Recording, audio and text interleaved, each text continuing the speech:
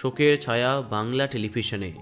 সবাইকে কাঁদিয়ে চলে গেলেন বাংলা ধারাবাহিকের জনপ্রিয় অভিনেত্রী। গত মাসেই জানা গেছিল মারণ ব্যাধি তার শরীরে বাসা বেঁধেছে। প্রয়াত হলেন জনপ্রিয় অভিনেত্রী শ্রাবণী বণিক। পটল কুমার গানওয়ালা, আলো ছায়া, জাহানারা, গোয়েন্দাগিন্নি, লালকুঠি, ভূতু, গৃহপ্রবেশ প্রভৃতি অসংখ্য ধারাবাহিকে কখনো পজিটিভ কখনো নেগেটিভ চরিত্রে দর্শকের মন জয় করেছেন তিনি। গত মাসেই সামনে আসে তার ব্যাধির কথা। চিকিৎসার জন্য প্রয়োজনীয় 12 লক্ষ টাকা জোগাড় করতে সাহায্য প্রার্থনা করেছিলেন তার ছেলে, কিন্তু কোনো চেষ্টাই কাজে এলো না। সোমবার না ফেরার দেশে পাড়ি দিলেন তিনি।